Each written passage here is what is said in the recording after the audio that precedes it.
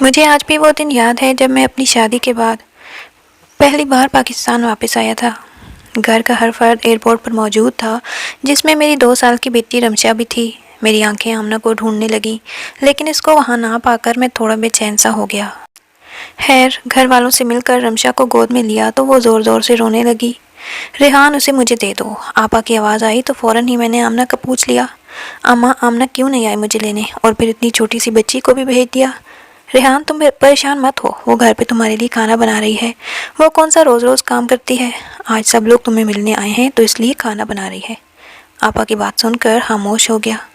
Airport سے گھر تک کوئی 1 گھنٹے کا سفر تھا۔ میں پورا راستہ رمشا سے کھیلتا رہا۔ اب وہ مجھے دیکھ کر ہنس رہی تھی۔ سب کچھ اچھا لگ رہا تھا، لیکن دل اداس تھا۔ کاش آمنہ بھی آ جاتی۔ 3 سال ہو چکے ہیں اسے دیکھیے۔ کیا کھانا زیادہ ضروری تھا اور ملنا نہیں؟ میرے دل میں کچھ عجیب عجیب سے سوال اٹھ رہے تھے۔ خیر، گھر کے دروازے پر پہنچے تو آمنہ پہلے ہی گاڑی کی آواز سن کر وہاں پہنچ چکی تھی۔ دور سے دیکھا تو دل چاہا جا کے ملوں، لیکن نہیں، بس دور سے سلام کیا اور وہ ہلکی سی مسکراہٹ کے بعد پانی لینے چلی گئی۔ پورا دن مہمانوں کا آنا جانا رہا۔ گھر والے بہت خوش تھے۔ میرے دوست احباب ملنے آ رہے تھے۔ آمنہ کچن سے نکلی ہی نہیں۔ کبھی کسی کو چائے پیش کر رہی ہے تو کبھی کھانا۔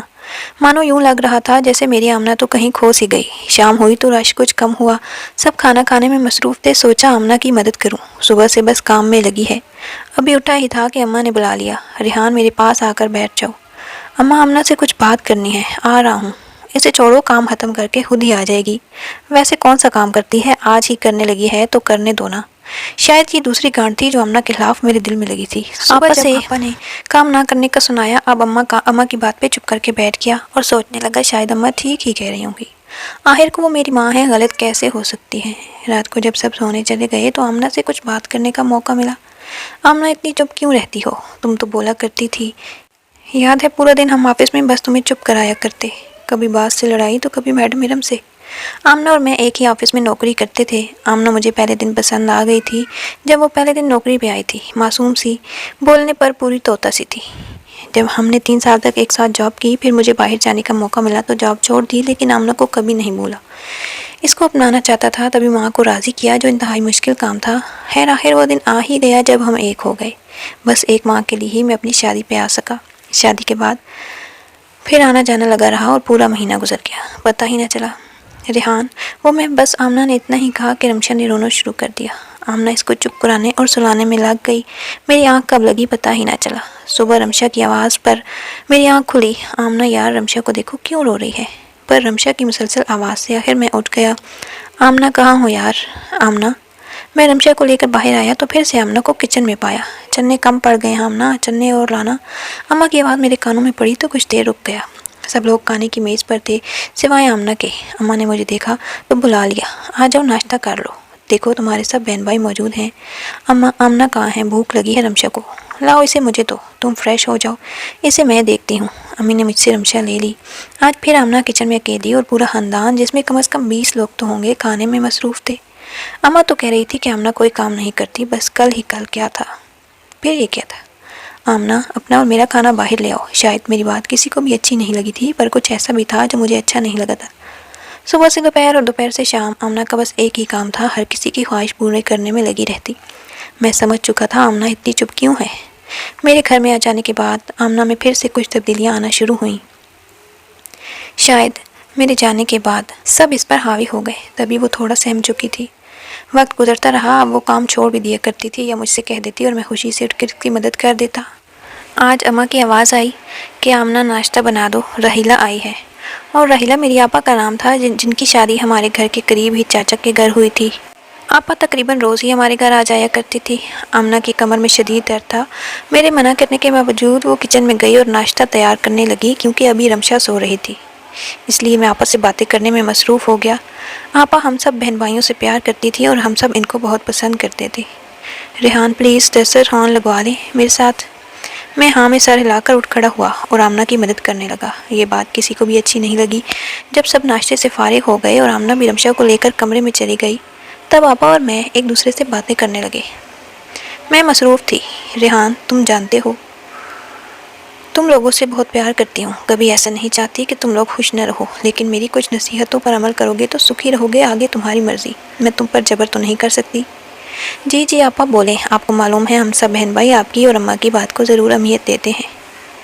ریحان تم اپنی بیوی کی مدد ضرور کیا کرو، لیکن اس حد تک جب تک تمہیں کوئی نہ دیکھے۔ اچھا تو نہیں لگتا کہ تم برتن اٹھا رہے ہو اور خواتین والے کام بھی کر رہے ہو۔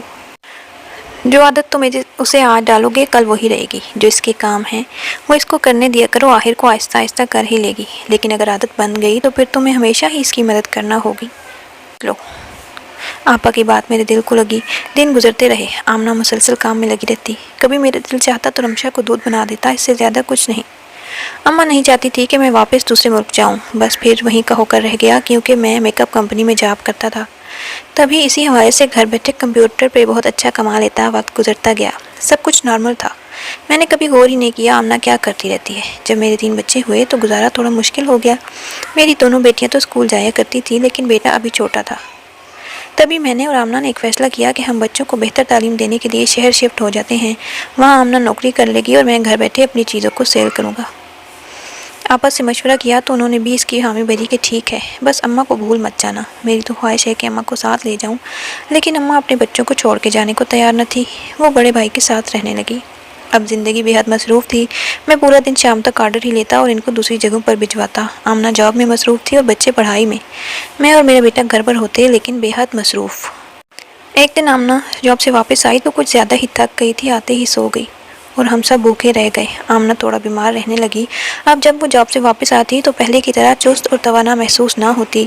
اب دوپہر کے کھانے کے ساتھ ساتھ ہم رات کا کھانا بھی ہوٹل سے منگوا لیتے۔ آمنہ روز کہتی کہ ریحان مجھے ڈاکٹر کے پاس لے جاؤ، اور میں روز کام کی وجہ سے نہ جا پاتا۔ سالوں سال گزرتے رہے، نہ مجھے ٹائم ملا، نہ آمنہ کی بیماری ٹھیک ہوئی۔ نہیں معلوم اسے کیا ہوا تھا۔ پھر ایک دن ایسا آیا جب میں خوب بیمار ہوا۔ پیٹ کے درد نے میری جان نکال دی۔ سوائے آمنہ کے میرے پاس کوئی نہیں تھا۔ آخر میرے گھر والے بھی تو ہیں، انہوں نے میرا خیال کیوں نہیں رکھا؟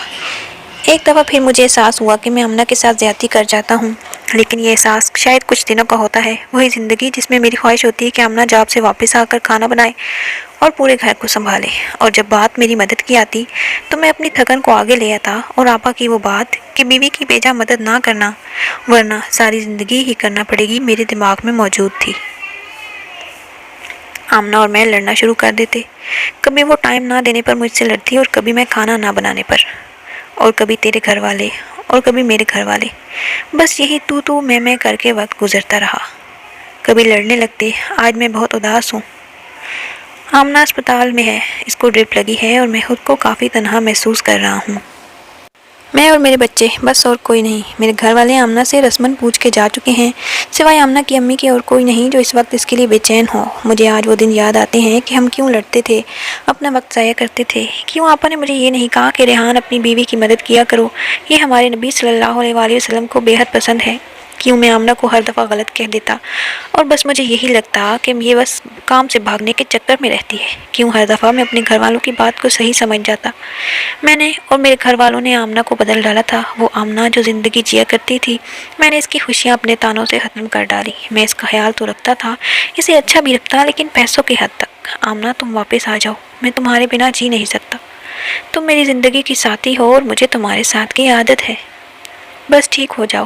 اور مجھے آج سمجھ آیا کہ وہ تو کھانا بھی نہیں بناتی تھی، پھر بھی کیوں تھک جایا کرتی تھی۔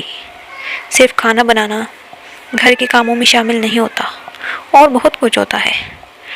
آج کل میں بھی کھانا باہر سے منگواتا ہوں اور پھر بھی تھک جاتا ہوں۔ پورا دن میں 5 منٹ کا آرام نہیں کر سکتا۔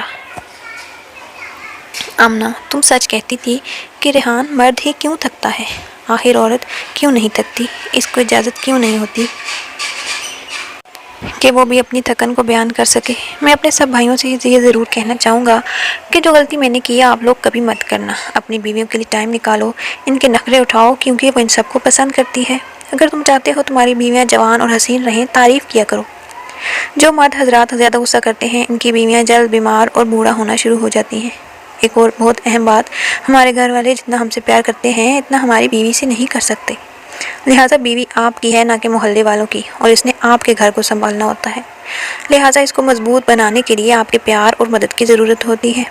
جو کام ہمارے نبی صلی اللہ علیہ وآلہ وسلم نے کیا وہ غلط کیسے ہو سکتا ہے؟ اپنی بیویوں کے ان کے کام میں مدد کیا کرو، تاکہ اگر وہ تھکے بھی تو آپ کا ساتھ اس کا سہارا بن جائے اور آپ کا گھر جنت کی ماں